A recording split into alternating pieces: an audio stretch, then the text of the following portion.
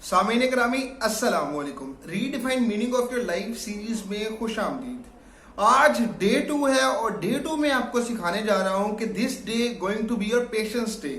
आज आपका patience day होने वाला है, आज आपका सब्र का दिन होने वाला है। आप इस चीज को समझिए कि सबसे पहले दिन हमने बात की ग्रेटिट्यूड की, शुक्र अदा करने की और थैंक्स की। दूसरी दिन में हम बात करने जा रहे हैं सब्र की, पेशेंस की। बिकॉज सब्र और शुक्र जो है ना, ये किसी भी कामयाबी का की एलिमेंट है। अगर आप शुक्र करना शुरू कर देते हैं तो आपको अल्लाह ताला मजीद अता करता है, और जब आप सब्र करना शुरू करते हैं ना तो वो जो चीज आपकी किस्मत में लिखी होती है वो आपको मिलती है। बट अल्लाह ताला आपकी आजमाइश ले जाता है, आपका इम्तिहान ले जाता है और उसके बाद वो चीज आपको अता की जाती है। So your second day is going to be your patience day. अच्छा, अब मैं आपको बताता हूँ सब्र क्या होते हैं। अमूमन हम लोग ये समझते हैं कि हम पे कोई प्रॉब्लम आती है तो हम उसके सोल्यूशन की तरफ भागते हैं और गिले शिकवे करते हैं। गिले शिकवे करने के बाद जब हमें समझ आता है कि यार ये चीज हमारे इख्तियार में नहीं है, इसको हम सोल्व नहीं कर सकते, तो उस मोमेंट पे कहते हैं बस अब सब्र कर लेते हैं। दैट्स नॉट सब्र, दैट्स नॉट पेशेंस। पेशेंस सब्र होता है जब आपकी मुसीबत शुरू हुई उसके आगाज पे, जब आपका कोई प्यारा आपसे छिन गया है, जब कुछ ऐसा नुकसान हो गया जिसके बारे में आपने प्लान किया हुआ था, तो उस टाइम पे कहें कि बेशक जो सबसे बड़ा प्लानर है, जो सबसे बड़ा कारसाज है वो खुदा ही है, और मैं खुदा के आगे, मेरी खुदा के आगे बिल्कुल नहीं चल सकती, और खुदा की इस काम में रजामंदी नहीं थी, और जैसी खुदा की रजा है मैं उसी में राजी हूं। दैट्स कॉल्ड सब्र, दैट्स कॉल्ड पेशेंस। उम्मीद करता हूं आपको पेशेंस समझ आ गया होगा। अब मैं आपको बताता हूं कि पेशेंस जरूरी क्यों है। एक बड़ा ही मजे का रूल है जिसको कहते हैं 80-20 रूल। मतलब 20% प्रॉब्लम्स जो हैं वो हमारी जिंदगियों में आती हैं, बट उन प्रॉब्लम्स को 80% तक मजीद बढ़ाकर 100% हम खुद अपनी एफर्ट से करते हैं। फॉर एग्जाम्पल मैं आपको एक एग्जाम्पल देता हूं। एक बंदा था, उसके जो है ना, उसने एक नई गाड़ी खरीदी। ठीक है, गाड़ी खरीदी तो उसके बच्चे ने जो है ना उसके आपके ऊपर आकर ना लाइन लगा दी, स्क्रैच पड़ गया। जब गाड़ी के ऊपर स्क्रैच पड़ा ना तो उसने बच्चे को डांटा और बच्चे को थप्पड़ मारा। थप्पड़ मारा तो वो जगह ढलान किस्म की थी। वो जैसे बच्चे को उसने थप्पड़ मारा ना तो बच्चा नीचे गिरा, बाजू के बल गिरा और बाजू टूट गई, और वो हमेशा के लिए अपने बाजू से माजूर हो गया। अब क्या वो इंसान गाड़ी वापस नहीं ले सकता? वो गाड़ी ले लेगा, जिंदगी में कई गाड़ियां ले लेगा, लेकिन उस बाजू का अल्टरनेटिव कोई नहीं है। तो क्या हुआ था, प्रॉब्लम उसके पास 20% आई थी। गाड़ी में एक लाइन लगी थी ना यार, मतलब उसको ठीक करवाया जा सकता था, उस पर डेंटिंग पेंटिंग कुछ भी करवाया जा सकता है, लेकिन अब बाजू का जो नुकसान हो उसको किया जा सकता है। सो जो भी प्रॉब्लम आप पे आती है वो 20% तक आती है, उसको 80% तक मजीद आप खुद बढ़ाते हैं। फॉर एग्जाम्पल, आपको गुस्सा आया, आपकी बात किसी ने नहीं मानी, आप उस गुस्से की फेज में आए। वो गुस्सा जो था वो तकरीबन, मैंने आपको पहले बताया था, 2.5 से 3 सेकंड तक रहता है, इससे ज्यादा फीलिंग्स रहती नहीं है। वो 2.5 से 3 सेकंड वाला इमोशन था, आपने उसको पकड़ा, उसको पकड़ के उस सिचुएशन पर रिएक्ट किया। जब उस सिचुएशन पर रिएक्ट किया तो चीजें मजीद बिगड़ी, तो आप मुख्तलिफ किस्म के तनाव का शिकार भी हुए। आप जो के साथ जो लोग कनेक्टेड थे, आपने उनको भी परेशान किया, उनको भी दुखी किया, उनको भी अजियत का शिकार किया। तो प्रॉब्लम कितनी सी थी? 20% सी प्रॉब्लम थी। अगर आप उस लम्हे पे खामोश होकर सब्र कर लेते तो हो सकता है वो जो बड़ी प्रॉब्लम थी वो ना सॉल्व आती। इसी तरह जब आप ऑफिस से लेट हो गए हैं, आप उस चीज किसी जगह पे आपने पहुंचना था, लेकिन आप उस जगह पे टाइम से नहीं पहुंच पा रहे, देर हो गई है। अच्छा, अब आप क्या करते हैं? अब आप फास्ट ड्राइविंग शुरू कर देते हैं। जब आप फास्ट ड्राइविंग शुरू करते हैं तो रास्ते में क्या होता है? कोई एक्सीडेंट हो सकता है, कोई जानी और माली नुकसान हो सकता है। वो जानी और माली नुकसान किस वजह से हुआ? वो आपकी प्रॉब्लम क्या थी? सिर्फ 20% प्रॉब्लम थी कि आप लेट हो गए थे, कोई मसला नहीं था। अगर आप देर से पहुंच जाते, आप एक्सक्यूज पेश कर देते तो हो सकता है एक्सेप्ट हो जाते, या हो सकता है आपकी इंसल्ट हो रही थी थोड़ी बहुत, लेकिन वो चीज खत्म हो जाती थी, वो प्रॉब्लम आनी थी जो आपने मजीद प्रॉब्लम अपनी तरफ से अपने रास्ते में रोड पे ट्रेवल करते अपने जो तरफ जो है उसका रुख मोड़ लिया था।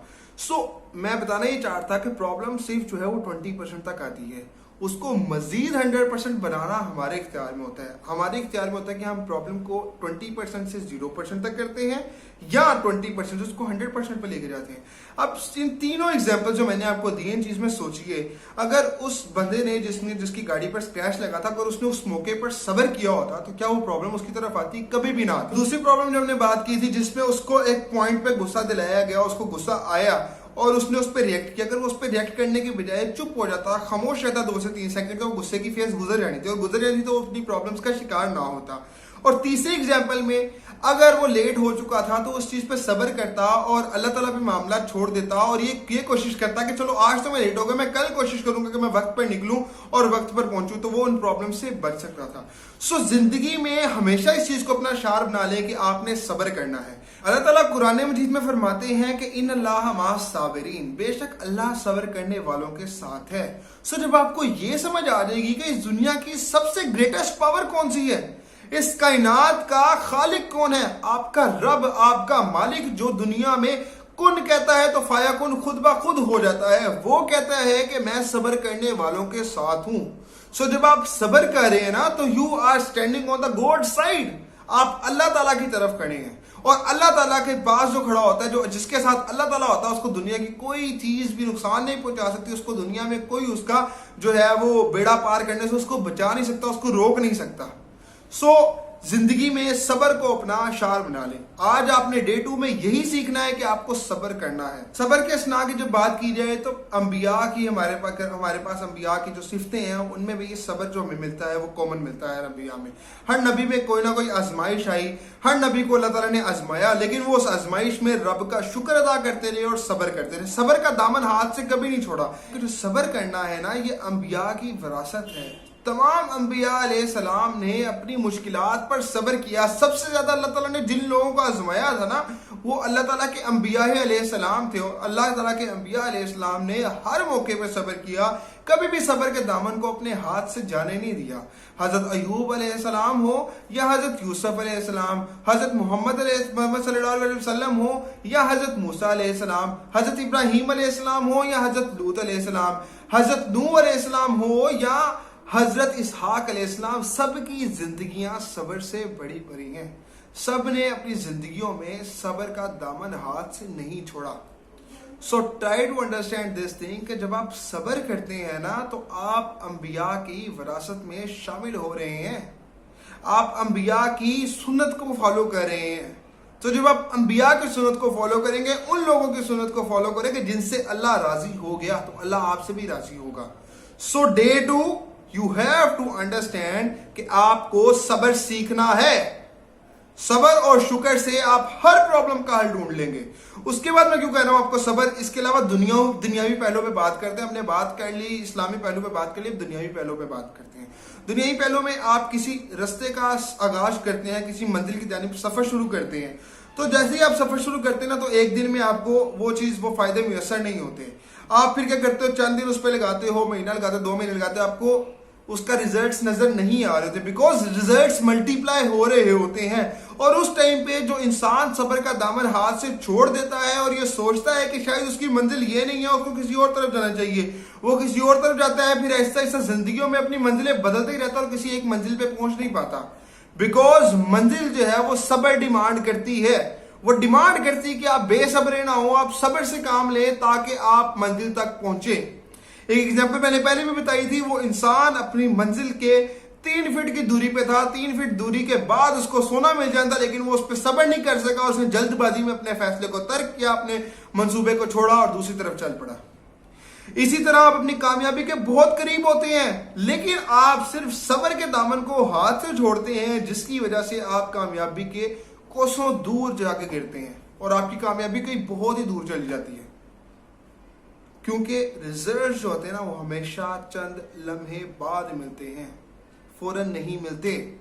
सीखना है। उम्मीद करता हूँ सब्र पे आपको मैक्सिमम चीजें समझ आ गई होंगी।